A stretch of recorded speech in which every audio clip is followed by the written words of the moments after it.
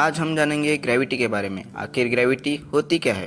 तो ग्रेविटी एक ऐसी चीज़ है जो दो ऑब्जेक्ट्स को एक दूसरे की ओर अट्रैक्ट करती है, जहां दोनों ऑब्जेक्ट्स का कुछ ना कुछ मास होता है।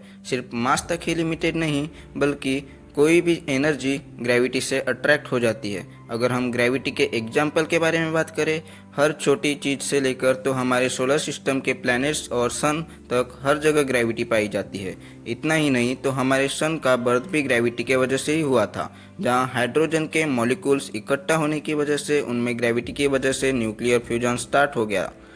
अगर हम अपने सोलर सिस्टम की बात करें तो सन हमारे सोलर सिस्टम का सेंटर है, जहां सन की ग्रेविटी की वजह से सारे प्लैनेट्स अपने ही ऑर्बिट में सन के आसपास घूमते रहते हैं। इतना ही नहीं तो एंड्रोमेडा गैलेक्सी में जो ब्लैक होल है, जो हमसे 25 लाख लाइट ईयर्स दूर है, वो हमसे ग्रेविटेशनली अट्रैक्टेड है और हम भी उससे ग्रेविटेशनली अट्रैक्टेड है।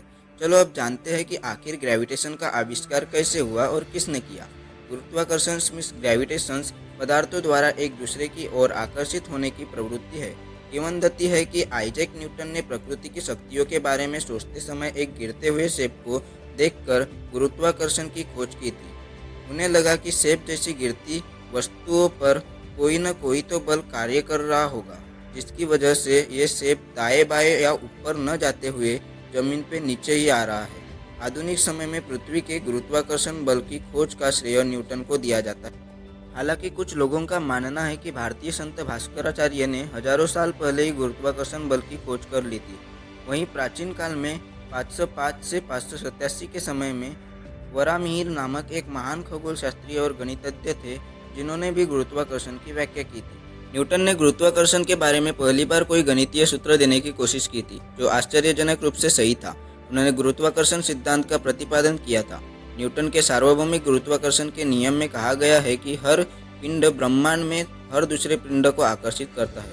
दो ऑब्जेक्ट्स के बीच का जो बल है वो उन दो ऑब्जेक्ट्स के मास के मल्टीप्लिकेशन को डायरेक्टली प्रोपोर्शनल रहता है और उनके बीच की दूरी के स्क्वायर को इन्वर्सली प्रोपोर्शनल रहता है। इससे ये स्पष्ट होता है कि जैसे ऑब्जेक्ट्स का मास बढ़ता है, वैसे ही उनके बीच की ग्रेविटी बढ़ती है, और जैसे ही ऑब्जेक्ट्स के बीच की दूरी बढ़ती है, वैसे ही उनके बीच की ग्रेविटी कम होती है।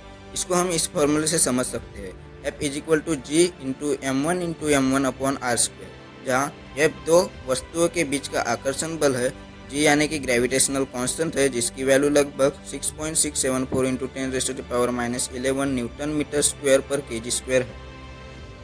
m1 और m2 ये दोनों ऑब्जेक्ट्स के मासेस है और r उनके बीच की दूरी है।